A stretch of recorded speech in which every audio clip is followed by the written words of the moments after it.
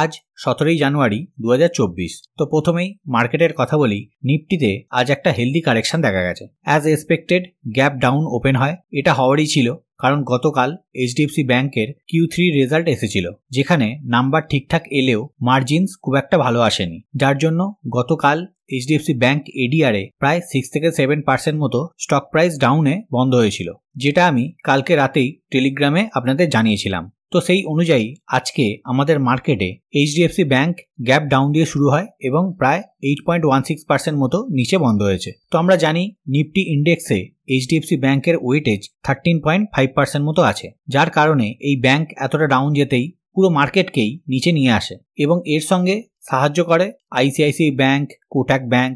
এদের শেয়ার প্রাইসও 3 থেকে 4% মতো নিচে এসে বন্ধ হয়েছে। তো এরা হলো পিয়ার কোম্পানি, তাই যদি এইচডিএফসি ব্যাংকের রেজাল্ট এইরকম হয় তাহলে হতে পারে এইসব বাকি ব্যাংকের রেজাল্টেও একই মার্জিন ইস্যু থাকতে পারে। তো এটা নিয়ে এইচডিএফসি ম্যানেজমেন্ট বলেছে যতক্ষণ না রেট কাট হওয়া শুরু হবে ততদিন এই ইস্যু থাকতে পারে। তো এদিকে আবার ইউএস মার্কেট থেকে একটা ইঙ্গিত পাওয়া যাচ্ছিল 2024-25 ফিনান্সিয়াল ইয়ারে 3 বার রেট কাট হতে পারে, কিন্তু আবারও যেভাবে সব গ্লোবাল প্রবলেমগুলো মাথাচাড়া দিচ্ছে সেক্ষেত্রে বলা খুবই মুশকিল আদেও রেট কাট কবে হবে। তো রেড সিতে টেনশন, ইউক্রেন রাশিয়া এখনো চলছে, ইসরায়েল অ্যান্ড হামাসের কনফ্লিক্ট এখনো চলছে, আবার নতুন করে আজকে ইরান এবং পাকিস্তানের মধ্যে একটা ছোট্ট ইস্যু তৈরি হচ্ছে। তো মিডল ইস্ট এবং রাশিয়াতে যদি এইসব সমস্যা চলতেই থাকে তাহলে না ইনফ্লেশন কন্ট্রোলে আসবে না রেট কাট হবে, কারণ এইসব ইস্যুর জন্য মেন যে জিনিস ক্রুড অয়েল তার দাম বাড়বে। রেড সি ইস্যুর জন্য প্রতিটা দেশের ইম্পোর্ট কস্ট অনেক বাড়বে। তো এই সব কিছুই ইনফ্লেশনে ইম্প্যাক্ট করবে। তো সবাই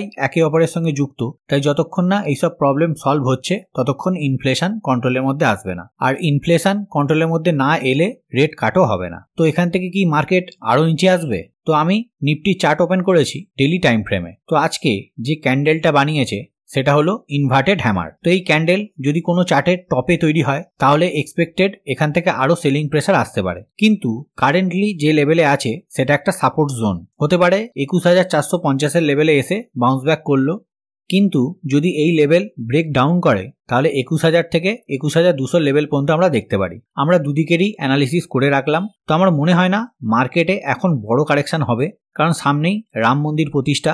সরকার চাইবে না কোনো কিছু প্রবলেম ক্রিয়েট হোক, সবকিছু স্টেবল রাখতে চাইবে। তো এই ইভেন্ট হওয়ার পর বা আফটার বাজেট মার্কেটে একটু কারেকশন হতে পারে। তো এবার এইচডিএফসি ব্যাংকের একটু টেকনিক্যালটা দেখে নিই, কত পর্যন্ত প্রাইস নিচে আসতে পারে। তো এখানে আমি এইচডিএফসি ব্যাংকের উইকলি চার্ট ওপেন করেছি। তো এই স্টক প্রত্যেক ইনভেস্টরকে ডিসঅ্যাপয়েন্টমেন্ট করেছে, কারণ লাস্ট 3 বছরে কোনো রিটার্ন দিতে পারেনি। 2021 ফেব্রুয়ারি মাসে যা প্রাইস ছিল আজকের ডেটেও সেম প্রাইস। তো কারেন্টলি যে লেভেলে আছে সেটা একটা সাপোর্ট জোন হিসাবে কাজ করছে। এই জোনটা আমি আজ ড্র করিনি, এটা আগেই করে রেখেছিলাম। এক্স্যাক্টলি প্রাইস ওখানেই সাপোর্ট পেয়েছে। যদি নেক্সট দিন ওই সাপোর্ট ভাঙে তাহলে ইমিডিয়েটলি 1460 লেভেল পর্যন্ত আসবে। যদি ওই লেভেলও ব্রেক করে তাহলে 1400 লেভেলে মেজর সাপোর্ট আছে। তো আজকে এইচডিএফসি এডিআর এর যা হাল, দুদিনের মধ্যেই এই লেভেলে আসতে পারে। এর নিচে 1260 থেকে 1320 লেভেলে মেজর স্ট্রং সাপোর্ট আছে। ওই লেভেলে যদি এইচডিএফসি ব্যাংক আসে তাহলে ওটা হবে ভ্যালু বাইং। তো আমি ওই লেভেলে কিছুটা অ্যাড করতে পারি। তো অনেক ব্রোকারেজ কোম্পানি এইচডিএফসি ব্যাংকে হোল্ড অ্যান্ড বাই রেটিং দিয়েছে এবং টার্গেট প্রাইসও অনেক উপরের লেভেলে রেখেছে। যেমন মতিলাল অসওয়াল টার্গেট প্রাইস 1950 লেভেলে রেখেছে, নির্মল ব্যাংক ইনস্টিটিউশন 1994 লেভেলে টার্গেট প্রাইস রেখেছে, কোটাক ইনস্টিটিউট 1800 থেকে 1860 লেভেলে, নুভামা ওয়েলথ 1730 থেকে 1770 লেভেলে টার্গেট প্রাইস রেখেছে। তো আগেও বলেছি আবারও বলছি, এই যে টার্গেট প্রাইসগুলো এগুলো কিন্তু 1 বছর পরের টার্গেট দেয়, মানে আজ থেকে 1 বছর পরে এইচডিএফসি ব্যাংক এই লেভেলে যেতে পারে। তো ইমিডিয়েটলি কিছু হবে না, কিন্তু এটা বলতে পারি এটা very very very good company. যদি এইচডিএফসি ব্যাংককে 1260 থেকে 1320 লেভেলে পাই তাহলে অবশ্যই দেখব ফর লং টার্ম।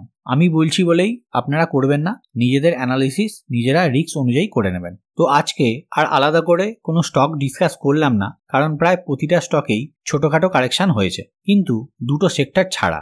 মার্কেট যাচ্ছে একদিকে আর এই দুটো সেক্টর যাচ্ছে অন্যদিকে। ফার্স্ট রেলওয়ে সেক্টর, যার প্রায় প্রতিটা স্টকই পজিটিভে ক্লোজ দিয়েছে।